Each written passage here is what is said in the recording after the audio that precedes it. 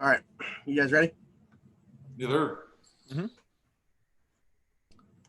All right, Tyler. 3, 2, 1. Welcome to another episode of Around the 412. We are part of the Pod Hub Network and All Steelers, and we are sponsored by Keeks Barbershop. I'm Tyler, and with me as always is Smitty, and today we are joined by former Pittsburgh Pirate Garrett Jones. Garrett, what is going on, man? Hey guys, thanks for having me. How you guys doing? Good, good. It's our honor to have you on here. We had Michael McHenry on, obviously, last month. And during our conversation with him, we found out about the tail tracks thing you guys got going on. And he's like, I'm sure Garrett would love to come on and do this. So happy to make it happen. Yeah, definitely. I'm glad to be a part of it, guys. Anything, talk about tail tracks and baseball, whatever you guys want to talk about.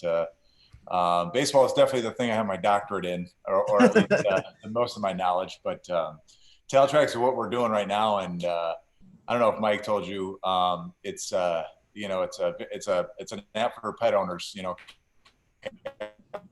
dog like, and we're in developing process right now. We're merged with another company, and we're really getting the app with all kinds of features to make pet owners' life a lot easier, helping out with discounts on different places and very unique gift ideas for the pet owner, doggy treats, and also training. So we're offering like very high-end, high-quality discounts for places for the app. The app's free for the basic features, but you can download the app, and then you could there's some in-app purchases you can make, and you subscribe, and you get some amazing features. So we're in the development stage, getting that going, starting to get that out there.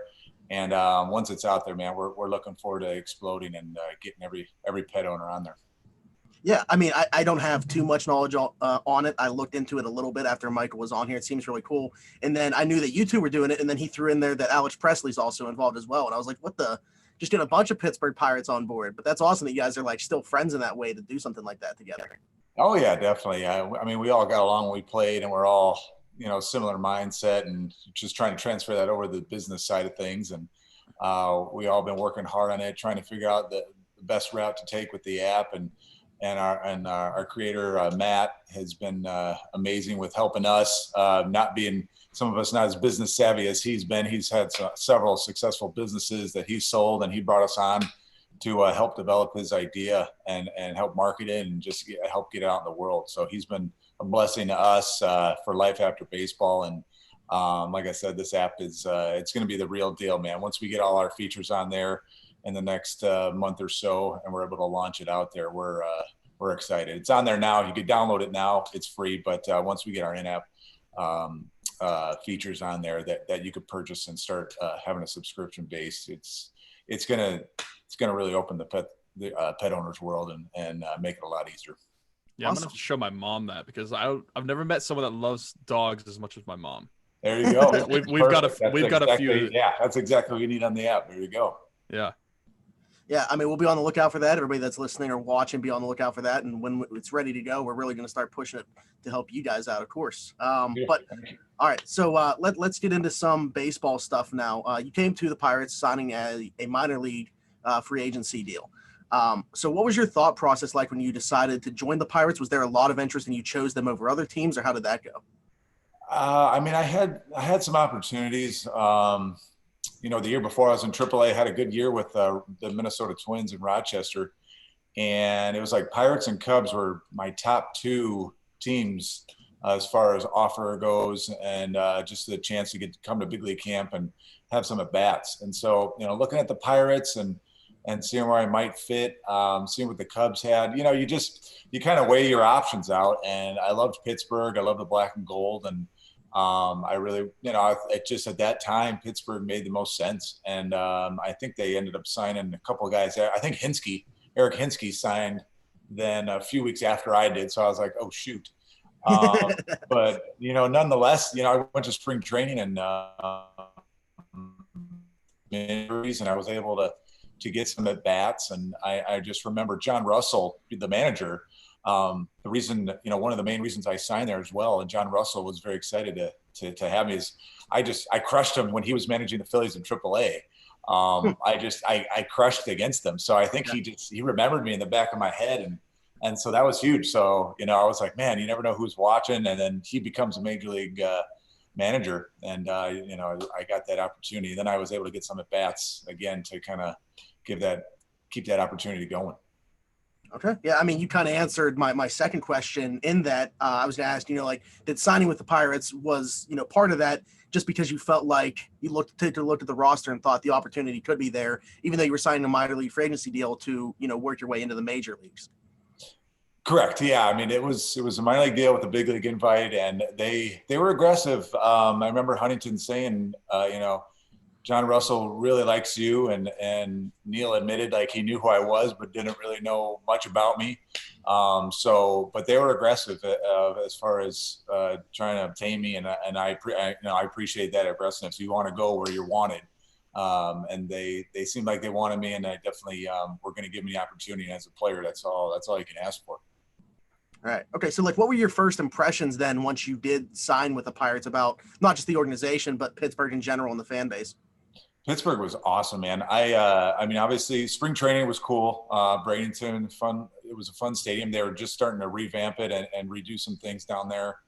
And went to Indianapolis for a few months. It got called up, and man, it was open arms. I mean, I know the team was struggling, but still, the fans were there. They just they wanted to see a winner, and you could feel that hunger for it. And it was just a pleasure to be a part of it. The fans were very welcoming. I got an opportunity to play, and luckily my swing was feeling good, and I was hitting the ball and doing some good things. And so I just feel like I was embraced from day one. And the fans, I mean, it's like a family.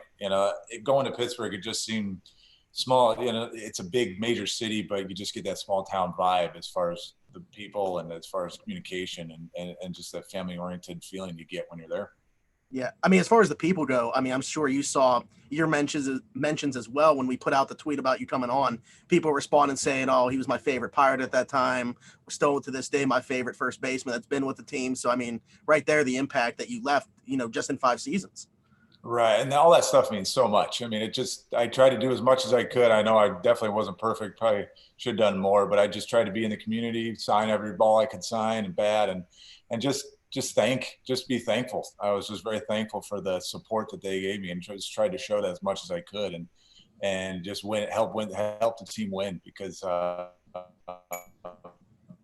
feel when the team wins, the town's happy, and you're just making people happy. And that's what I loved about just winning. I mean, I loved winning, but just knowing that people are going home happy, smiling, having a good day at the ballpark and watching the game, that means a lot.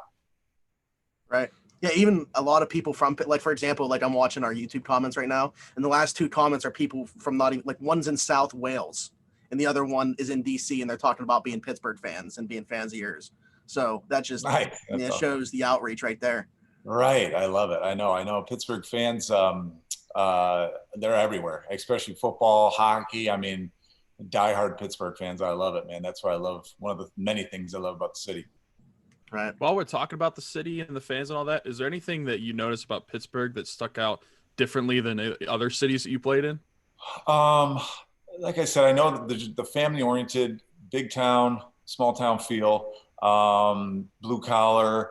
I think just the appreciation on another level of just hard work and hustle out on the field, and just doing the little things out on the field. I think I got people came up to me and thanked me for like those type of things, just hustling, just working hard. And I think that's just the town, hard work, dedicating yourself to something and working hard and get through it. I think that was one of the things that I appreciate about Pittsburgh. Like, hey, they appreciate hard work and dedication and resilience. And that's something that I could feel, from people. It was awesome. Now, this isn't fan related, but it has to do with the city. Did you have a favorite place to eat while you lived in Pittsburgh? Oh man. Yeah. We, Nakama was awesome. Sushi place. Right. Actually the last time I was in Pitt, doing the pregame, postgame, there was a pizza place right on, oh man, pizza's like a big topic though here too. That's what I'm saying. Like, I would try to guess which one you're talking about, but there's so many, I don't even know. Is it Carter? What's the main strip there? Carter, I'm not sure, but their slices were huge slices. Wish I could give them props right now because it was delicious, and I'll be going back for sure. But darn it, I can't think of the name. But yeah, there was, and then living out in Wexford, there was a lot of good little mom and pop places. But Nakama, we tried to hit up as much as we can. That was a good one. Yeah, recently we would try to guess the pizza place, but recently we had a few friends that put out a bracket for the best pizza in Pittsburgh, and so they had 64 pizza places. Yeah, so we had no idea where to start. But did you ever go to a place called Pepe's? I heard of it. No, I haven't gone yet. Okay, it's one of the top ones, right? Yeah, I pretty much bring that up to everybody that comes on our show because the popular sandwich place is Permani's, obviously. Yeah, but for me, if I have a preference, I'm going to Pepe's instead. Okay. Pepe's, yeah, but it's a different kind of sandwich, more like subs instead of the fries and stuff, but still really good. Yeah, I'm a foodie, so I'll try it next time I'm in town. For sure. We have people in the YouTube like trying to guess the pizza place, which we said like our friend Nick just said Fiore's ? Like if we could sit here all day and guess, like right. But you mentioned that you saw that pizza bracket. Are you familiar with the guys at Pittsburgh Clothing Company? You know those guys? I am. Yeah, okay. I think I follow them on Twitter, and just I follow what they do. And I was watching that pizza thing, and I was taking notes to make sure that whoever wins, I'm going there for sure. So. Yeah, because I wanted to bring up, obviously, the relationship you have with like all your teammates, but two in particular that you had. And I know like they kind of blew up when AJ Burnett, like the STFD thing, and then he wore their shirt and everything like that. So what was your relationship like with AJ Burnett? And then also, obviously, the best Pirate that we've seen being the age group that we are, Andrew McCutcheon. Yeah, I mean, great guys. We had a great team. That was one thing that was amazing. I came up with Kutch 2009. We're both in AAA. He got called up right before me, I think, and it was nice to just kind of be a part of him, see his growth, and see the talent just blossom. Just get a chance to play with him, and unbelievable talent. And then you had a veteran like AJ come in and just take leadership. Take the younger pitching staff under his wing, be able to teach them things, and be hard nosed out there, and really just pitch well, man. Came here in Pittsburgh and pitched awesome, and just didn't take any crap. He just went out there and pitched his butt off and worked hard and was loved. It was awesome. Yeah, that's like a lot of people attribute, those the 3-year run of like success the Pirates had, the 3 really good years, 13, 14, and 15, to like a culture change. And I think obviously Clint Hurdle played a role in that as well. And that's what my next question is going to be. But from like a player standpoint, a lot of people attribute the culture change to AJ Burnett coming in with the attitude that he did. Yeah, I mean, Clint did an amazing job as far as getting the team on the same page. I mean, we broke the game down and just basically tried to bring out the best in every player we had. And Clint did a great job with that. His communication was amazing with players, and just very positive. I mean, very positive, and keeping the team up. I mean, when you're losing and you kind of get in that rut of losing year after year, it's a cycle you got to break mentally, because you don't want to be mentally thinking, oh no, here we go again. You want to stay positive. He kept us positive, made us believe in ourselves with the talent we had, and we had good talent, and we had a great team. So that combination, I think, turned us around a lot quicker. And then, guys like AJ coming in, some of the veteran guys they brought in did a great job, just fitting in, showing leadership, bringing a little swag as well, and just showing us how to just be good ball players. Yeah. Well, okay. So for you personally, though, what was your relationship like with Clint? Do you feel like you should have played a little bit more against lefties, or?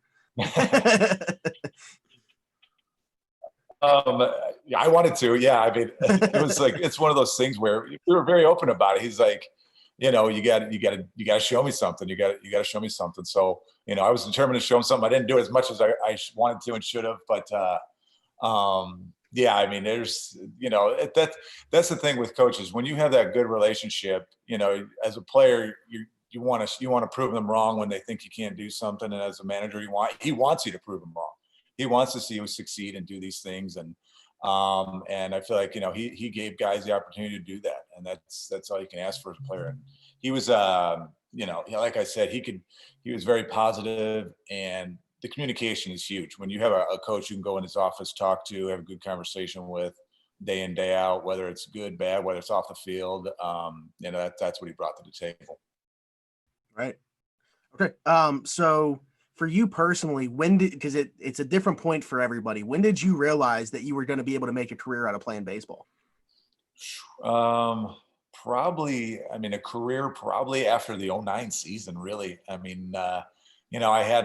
put together some decent minor league years. But you never know still. There's a lot of guys that have good minor league seasons that just never get called up for whatever reason, whether it's somebody in front of them, whether it's just timing, think somebody doesn't like you. There's a lot of intangibles that go into it. So I think after the '09, I was able to at least show I can hit the major league, show I can play. And I think that was going to at least solidify me for a little while and get a chance to have a career. Right. You came in like 7th in Rookie of the Year voting that year. You had one of like the best rookie months ever for a Pirate. And it was once again, like signing a minor league deal. When you were coming in, a lot of people were probably like, who the heck is this guy? Yeah. It was awesome. I loved I was very blessed to get a second opportunity. A lot of guys, I got called up with the Twins, didn't have much success, didn't get much of an opportunity. And then next year I was in AAA all year. So to be able to get a second opportunity at the big leagues, some guys, it just passes them by. And my age, I was getting a little bit older, which now is considered old veteran when I was a rookie. But guys getting called up at 20, 21 is just insane to me. My age, I had some things going against me, but I was just determined to just do it. I just knew I could play and just wanted another opportunity and wasn't going to let it slip. Cool. Okay. What was your favorite MLB ballpark that you played in? I guess I would say aside from PNC, because of course. Yeah, of course. Yes, PNC. PNC is beautiful, of course. I really liked Wrigley Field. Just the atmosphere was amazing. It just felt like a baseball game. Like the smells, the noises, the people yelling at you. The people feel they're right on top of you. It just smelled like Budweiser in the outfield all game. It just felt like a baseball game. Popcorn popping, and so I think just the really was just something special that I loved going in there. Even though the dugout was terrible, I'd always had my head on the cement. Clubhouse, you had to duck, a bunch of ways, and the toilets were always clogging. And they fix all that stuff now, but so there were some things that you had to put up with. But just out there playing pure baseball, man, was something special. I would say, it is a little bit renovated. I don't think it's completely taken away from the old school feel, but I know even the traditionalists were upset even when they brought in the electronic scoreboard they have.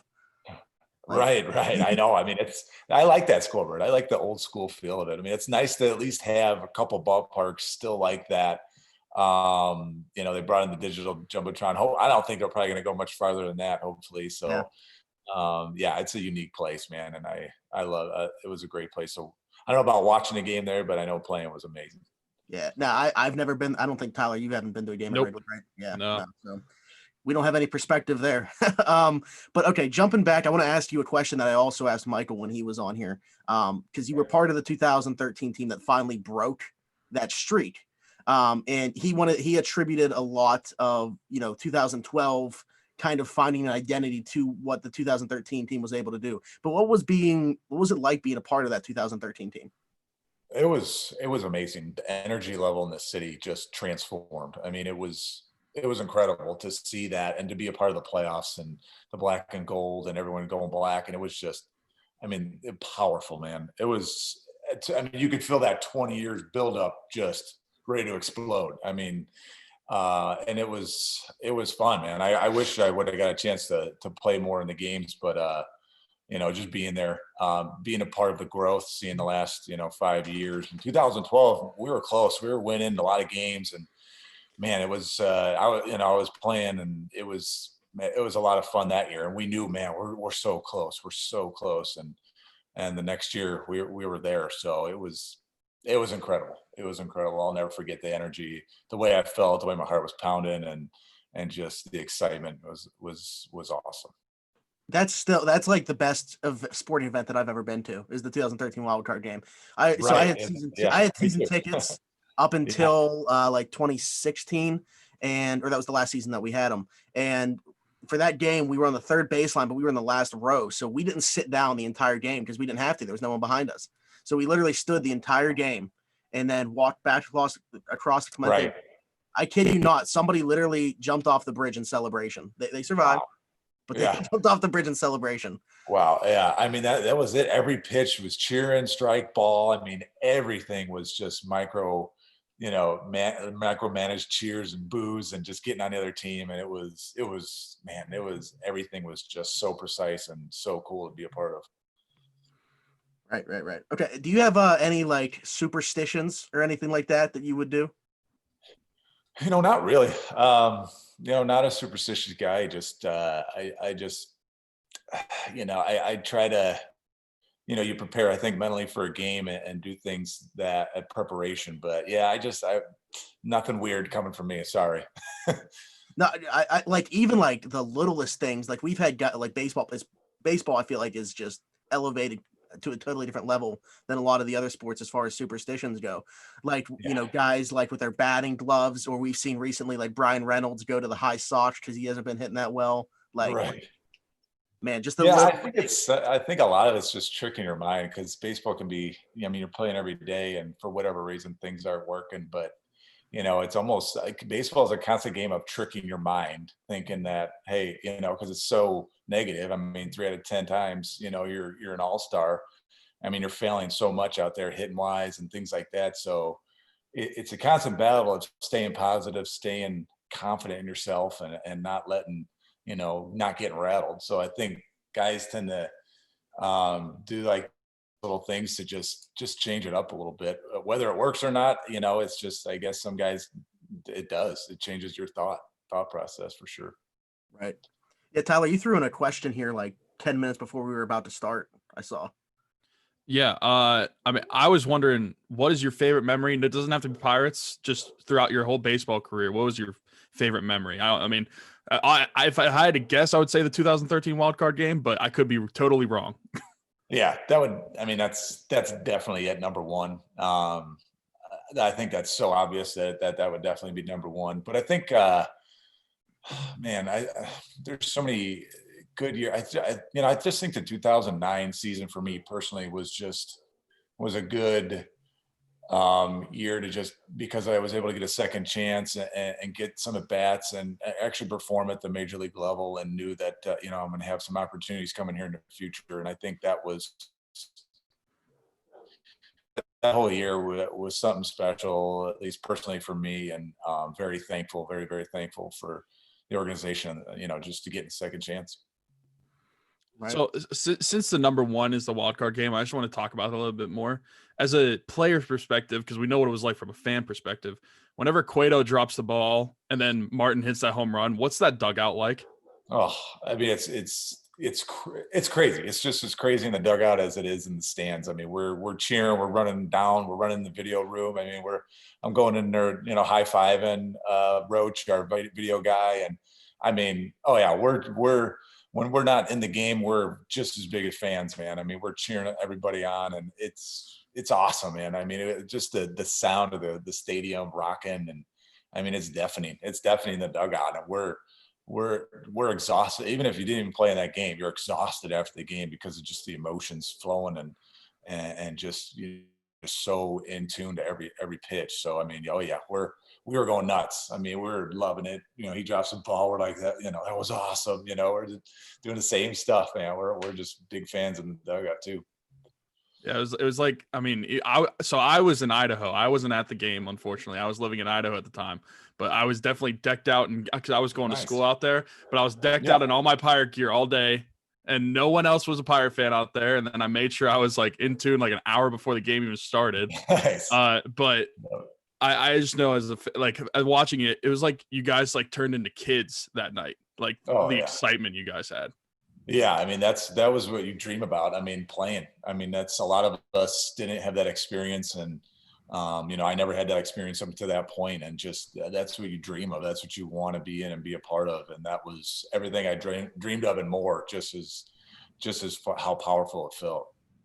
Yeah, and I mean, I'm sure the players were well aware of it, but like for the fans in like our case, that was the first playoff game that we had ever seen.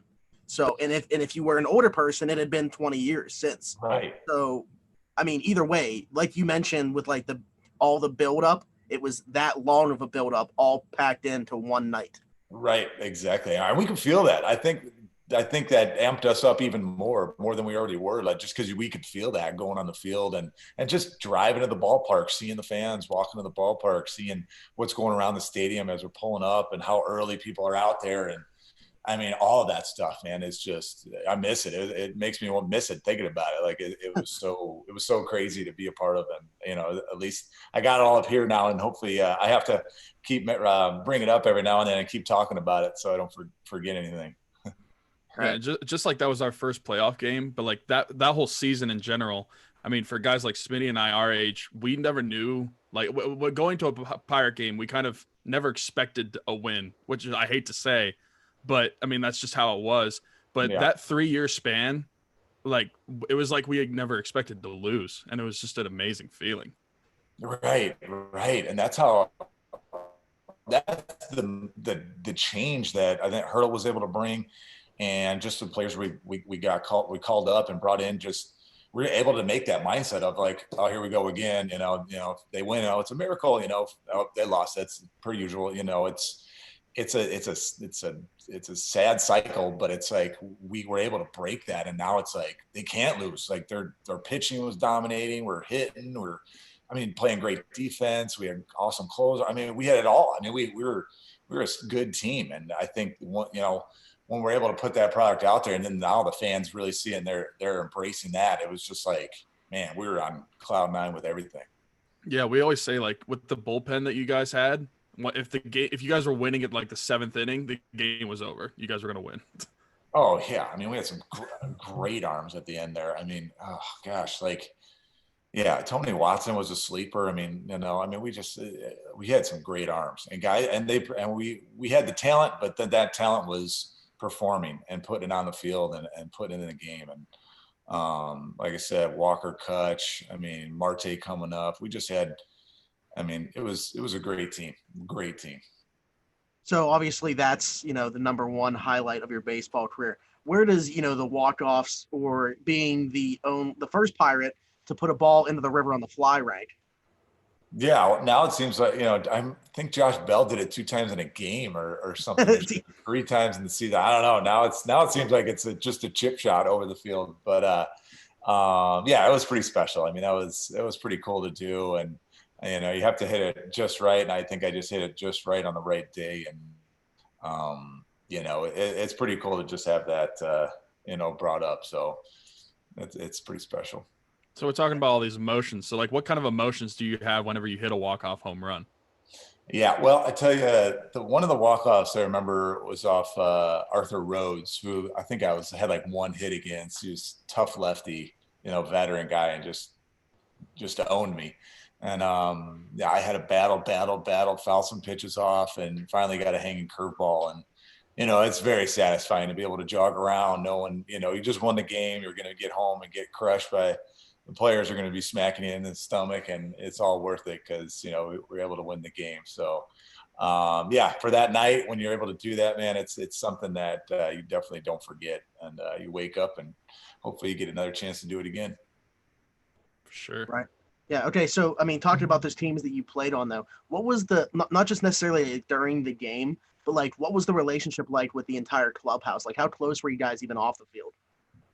Oh yeah, very close. So we hung out all the time. We'd always go out to dinners and just talk, talk ball, talk whatever. Whatever's going on in life. And I think that's what helped us be successful, is just having a good clubhouse feel and knowing everybody and having a good relationship with everybody, and guys getting along and not just having a group here, a group there. It was, everybody tried to go out with everybody. We mixed it up, and we just hang out, whether it's in the hotel room, just talking, chatting, or in the lobby, or going out to dinner. So I think that's huge, especially during a long baseball season. You got a lot of guys, we're battling sometimes to keep a spot and but we're also trying to win games, and guys are going up and down, and you're switching in and out, and friends are getting traded, things like, there's a lot of things that happen during the season that mess with you emotionally.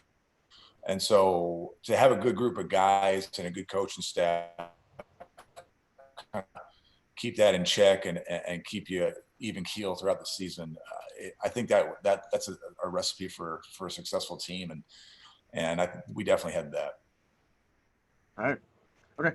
So obviously, like after your time in the MLB, you actually went and played in Japan. As evidenced by the shirt that you're wearing right now as well. Yes. Yeah. I made dab in there. Yep. How hard was it adjusting to life in Japan? It was okay living there. I love Japan, and it was some of the best. I had the best food, very safe, very just very nice people. I mean, we loved it. I mean, me and my wife were saying that, like, we loved our time there. We miss it. We named these places. We all saw beautiful areas. Baseball was intense, very intense, man. We tell you what, I got in the best shape of my life there because, I mean, I've never ran so much in my life. We do footwork drills every day. We would do post game in the hotel in our uniform, dry swings, which dry swing is just literally practicing your swing. And we would do that in the hotel that we're staying in. So, I mean, or after the game in the parking lot, I mean, it was mandatory. I mean, this wasn't just like, oh, some guys did it. It was like, no, you got to do this. So a lot of little things that, you come over, it's like, well, we didn't do it like this in America, but I try to embrace as much as I can. Be like, hey, I'm not in America right now. This is Japan. It's Japan baseball, and I'm going to try to learn everything I can and adapt and do the best I can. So I'm not going to, act like American baseball is better, because those guys can really play baseball over there. I mean, they're amazing athletes, and they work their butts off. So I try to fit in as much as I can, and it was definitely one of those things where I came home after that 2017 season. I ended up breaking my finger on a freak trying to rob home run and bad practice thing. And I got hit with the ball in the tip of the finger. I had to have a couple screws put in, but it set me back, and I missed like most of the season, but I was still running. I still felt like I was in the best shape literally of my career. And I come back to the States and tried to come back to the Pirates actually, but they just had Dickerson. You got Dickerson, and the outfield was loaded first base. So there wasn't really a spot. So that was it. But Japan was great. I still talk to one of the outfielders I played with there, Chono. He doesn't speak English and I don't speak Japanese, but we'll FaceTime and we'll just wave at each other and say, "You okay? Good. Okay, buddy. Okay, I'll talk to you later. Okay, bye." And that's basically our conversations about once a month. Just checking in. And yeah, that's awesome. They were a great group of guys, man. They took care of. I came there, they took care of me and just were very patient with me, not knowing, Japanese, some of the culture and some of the baseball culture and things to do. And it was a great experience. Besides like those things you mentioned where you would run all the time and you had the swinging in the hotel, what were like some of the key differences between the MLB and Japanese baseball that you noticed? I think just overall repetition of things. I mean, we'd have one day off a week. And that if we were losing those games, we would practice on that off day. I think just the repetition of things, it would just up a tick. And I'm not saying American baseball players don't work hard, because of course we do. We work our butts off in the cage, but it's on another level of almost like, wow, this is intense. And I didn't know if my body would hold up, just because I've never done that much running all throughout the whole entire season, doing those type of drills. But, I found out like, yeah, I lost some weight and got a little skinnier and was feeling good, feeling lighter, and was feeling great. So, I mean, it definitely works. And so I tried to, that's why I wanted to come back in the States and just kind of take some of what I learned in Japan and implement it here and do those type of things here. So there's a lot of similarities, but definitely a lot of differences, and just your day-to-day work, how that goes. I was about to say, I wonder if it'd almost be beneficial for a guy to go spend a year in Japan early in their career, just to take some of that and then come back. That's exactly what I was thinking when I was there. I was like, man, if I would have came here when I was in the minor leagues for a year or two, and was able to come back, I think I would have got that much better, that much quicker. Yeah, it's intense, and they really expected me to hit a lot of homers, and so in Japan, every player has a song that the fans sing. It's like their walk-up song. So like they do a chant for like every player, and mine was home run, Garrett. Because I guess in Japan you say the O's after T, so it's Garrett. So I'm hitting every time, and there's just home run, Garrett. So I'm like, can I just hit a single? Like I'm trying to hit a home run every time and feel like I need to. But those are the cool little things that Japan does differently. And playing in the Tokyo Dome, it was packed house every day, and the fans they're very intense as well, and it was a pleasure to play there. Now, what I was going to ask, this has nothing to do with baseball, but it has to do with Japan. So you mentioned that in Pittsburgh, Nakama was your favorite place. So how did you like the food in Japan? Loved it. Oh yeah, loved it. It's had some of the best fish. I mean, their sushi in Japan isn't like typically like a sushi roll in America. Literally it's more sashimi. You get the fresh fish, was like real wasabi, and then rice, and that's like considered sushi. Like they don't put in the rolls with the cream cheese and all the good stuff here like they do here. Yeah. But the fish is so unbelievably fresh. You go to some of these good places. I mean, we went to, this guy was a tuna. He was a sushi chef since he was like 20 years old. He was 75, still had his own store that he still was a sushi chef, and was able to get like the fresh cut of tuna every day at the fish market, some of the best cuts. And it was like butter. I mean, it was something I've never had before. It was so good. And just the time and precision and quality that they put into everything was something I really appreciated. Just down to how they prepare food, and just all, like, it's even hard to explain, just down to like just how they operate, and watching how meticulous things they are on another level. It was something I really appreciated, and work ethic. So that's why I say, like, I tried to bring that home, and I wanted to put that to the test here. Yeah, our friend in the YouTube chat, he's a chef himself, he just said he's jealous of you talking about that Japanese food. Oh, wait, say that again. You're breaking up. Oh, sorry about that. Our friend is in the YouTube chat, and he said that he's jealous that you had that Japanese food, because he's a chef himself. Awesome. Yeah, I tell people, I'm like, if you're going out there, get out to Japan. If you can get there, go to Japan, go to Tokyo, and try some new food in there, because it's a beautiful place. It's a beautiful place. Right. Now, I wanted to relate something, kind of, since we're talking about Japan, and you just said your favorite stadium that you like besides PNC was Wrigley. So outside of stadium, what was your favorite city, including MLB and your time in Japan? Did you have a favorite city that you would go to? In Japan? Sorry, Japan. Keep breaking up just a little bit. Sorry about Japan or the United States, either one. Oh, just favorite city? Okay. Yeah. I there's so many good ones. I loved Colorado. Denver was great. San Diego's beautiful. But Tokyo, I mean, there's something special about Tokyo, because there's so much crammed into, it's still a major city metropolis, but there's so much crammed into a small space, and you walk down an alleyway, and there's like, oh, there's a nice restaurant, there's a nice bar here, there's things you don't even see them unless you go explore every little street and nook, and they really utilize space there as well. So Tokyo is definitely up there as far as cities to play in. But Chicago, I grew up in Chicago, just south side of Chicago. So I really love downtown Chicago in the summertime. Not so much in the winter, but definitely in summer. Okay. What were the fan bases like in Japan? Was it just like in the MLB, where like they have like diehard fans? Oh yeah. It was intense. I mean, we had Sakamoto was our shortstop, this kid, and he can play, man. And he was like the Derek Jeter of Japan, they would call him. He's like Derek Jeter. Wow. Japan. I mean, he could hit, he could pick it, he did it all.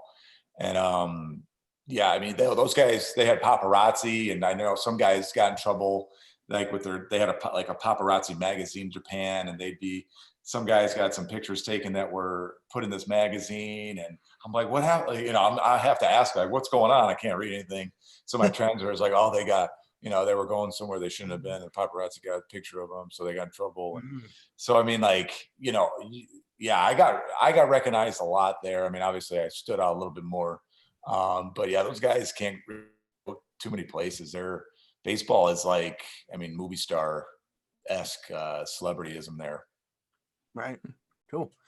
We talked a little bit before we actually like started recording the show about this, so I have a pretty good idea. Is you still follow baseball and the Pirates in general? Oh yeah, yeah. I was able to do. I just did one series, pregame, postgame, and up until that point, I did lose some track of the Pirates. Like I just kind of just didn't watch baseball that first year. Just tried to step away, and then I wanted to get back into it. I missed the game and wanted to watch games, and so I was starting to learn all the new guys that are coming up and guys that are performing with the Pirates. And so now, yeah, I'm definitely diving into continuing following everybody and learning more about the team and the growth. Okay. You still have a relationship then, I assume, with the organization? A little. Well, the organization, I haven't. Hurdle's gone there now, so Jeff Bannister's still there. I haven't talked to him in a while, but I haven't been able to get in the clubhouse or talk to any of the staff in a while. But just you know, at AT&T Sports, just seeing those guys, Yeah. Again, and talking to Greg Brown a little bit, and those guys in the booth. You know, getting back in touch with those guys is great. Do you think, you know, looking at the team right now, where they are, obviously there's a lot of turnover on the managerial side of things, also on the player side of things. Do you see maybe some similarities with where the Pirates are right now as to where they were early on in your time with the Pirates before we got to like the playoff years? Yeah, definitely. I think they're loaded with talent. They're loaded with good arms, good bats, you know, speed, everything. I mean, defense, they have a lot of talent. They still have some guys coming up, I think, that'll be ready soon as well. So yeah, I think they're close. I think it's just going to be a matter of those guys continue to develop team, and not, hopefully they keep a lot of the team together and not start breaking too many guys off. But yeah, I think we keep a lot of the nucleus, the main guys together, and continue to grow. Pirates are going to be right back to where they were 2013, just back in the playoffs, man, because the talent's there, and it's just a matter of just harnessing that talent and developing. Now, as actually somebody that played in baseball and somebody that played in a small market such as the Pirates, is that something that you guys actually like think about, is the fact that like they are a small market team and the way that the economics work in baseball? Yeah, I mean, it makes it challenging. You got to have a good general manager. You got to have good coaching staff, and so you know you're not going to go get that huge free agent come trade time. But the decision, there's still, doesn't mean there's still not great players out there that timing wise you get a good deal on somebody come in and put a spark on the team. So I think that's where this really kicks in at their scouts. I mean, it goes down to the scouts and the front office making those good decisions to where it's not going to kill the wallet, but you're going to bring in a good quality player that's going to compete. And I think the Pirates have been able to do that now for the last 10 years. And plus, all they need to do is find some guy that tore it up in AAA in the Twins organization and then bring him up. That's it. There you go. There you go. No, I mean, that's the secret. I mean, there's a lot of good players in minor leagues that just don't get an opportunity, and that's why they're scouts. That's why there's other coaches from other teams seeing guys and watching guys, and you know, all it takes is one coach, one scout, one front office guy to see something in you and give you an opportunity. And it's up to you then, once you get that opportunity, go with it. Yeah. Well, to relate it to, you know, the team, looking at them today, they brought in a minor league free agent, Phillip Evans, who's around 28 years old, was in the Cubs organization, had a really good year in AAA. They signed him as a minor league free agent. Now he's on the MLB roster. You know, playing time kind of sporadic at this point, but he looks like he's going to be a productive player. So that could be a very nice find. So once again, yeah. There you go. Yeah. Front office. Exactly. And so that, hopefully that, you know, he gets a chance, and sounds like he's, you know, sometimes you don't get a lot of chances, and it sounds like he's starting to make, you know, the most of it. I know this season's kind of crazy and goofy, but there's going to be a lot of opportunities for guys, because you never know. I mean, injuries, you know, guys getting tired, you know, there's just a lot lot of things going on and moving parts. So I think, the young guy's got to be ready. You never know, might get that opportunity. Right. Okay. Tyler, do you have anything else or? No, I don't think so. Okay. Well, Garrett, we can't thank you enough for joining the show. We already appreciate you as a player, but we have a newfound appreciation for you as a person. We think the tail tracks thing is awesome, and we look forward to watching that grow and helping you guys push it as it really gets going. So once again, thanks for coming on, and we'll talk to you soon. Yeah, guys, thanks for having me anytime, and look forward to hooking up in the future. Yep. All right. Awesome. Thanks. Have a good one. Thanks, guys. Take care. Yep. Bye. All right. Thanks again to former Pirate Garrett Jones. Yeah, Japan does sound awesome. Yeah, I wonder how you would do with the food though. Do you eat fish? Yeah. You do? Do you eat sushi? Some types. Okay. So I feel like people would, sushi. I'm not sure how I'd do there because you probably eat what he was talking about, where it's like Americanized, but you don't eat like the actual. I would probably try it if I were there, to be honest. Like here, I have. I feel like you'd have to. Yeah. Yeah. Here I have the option not to. Like I just have my fallback.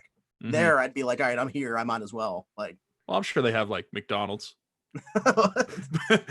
True. But anyway, no, that was awesome. Thanks again to Garrett Jones. As we mentioned, tail tracks, check them out. If you have an animal, it sounds like it would be something that is super convenient and a great thing to add in to your lifestyle for your pets. So definitely download the app. It sounds like they're really getting things moving over there now. But again, it's, former Pirates, Garrett Jones, Michael McHenry, and Alex Presley that are in on that. So we got 2 of the 3 on. We got to reach out to Alex Presley now and get him on the show. I mean, I agree. just get the trio. But other than that, we did the rest of our show on Thursdays. You guys can go back and check that out. If you are watching this right now, be sure to be subscribed and hit that notification bell. If you were listening back to this on whatever platform it might be, please go to the YouTube and hit the subscribe and notification bell. Other than that, we are sponsored by Keats Barbershop. Keats Barbershop, where I just got my haircut today. I'm not taking my hat off because everybody knows about my hairline, but check out the sides. Keats Barbershop is an old-fashioned barbershop. It's located at 180 Brighton Avenue in Rochester, PA. He's open 11 to 7 Tuesday through Friday and 9 to 4 on Saturday. And every Tuesday, he does $5 off for military personnel, first responders, and nurses. Again, Keats Barbershop, 180 Brighton Avenue in Rochester, PA. What, are you still laughing about the hairline thing? Yeah, and then I was thinking about whenever Stubbs said Smitty didn't deserve that shot. Whenever I said Murray's leash needs to be as short as you. Oh yeah. I'm just harping on you a lot today. we got Bucks and Pucks tonight. So of course you guys will be checking that out. We'll be tweeting during both of them. So if you listen to this later, hopefully Penguins are up 1-0 in the series. Yeah. We'll see. So facts. All right. But other than that, it's been Smitty and Tyler around the 412, part of the Pod Hub Network, and we will talk to you next time. Bye-bye.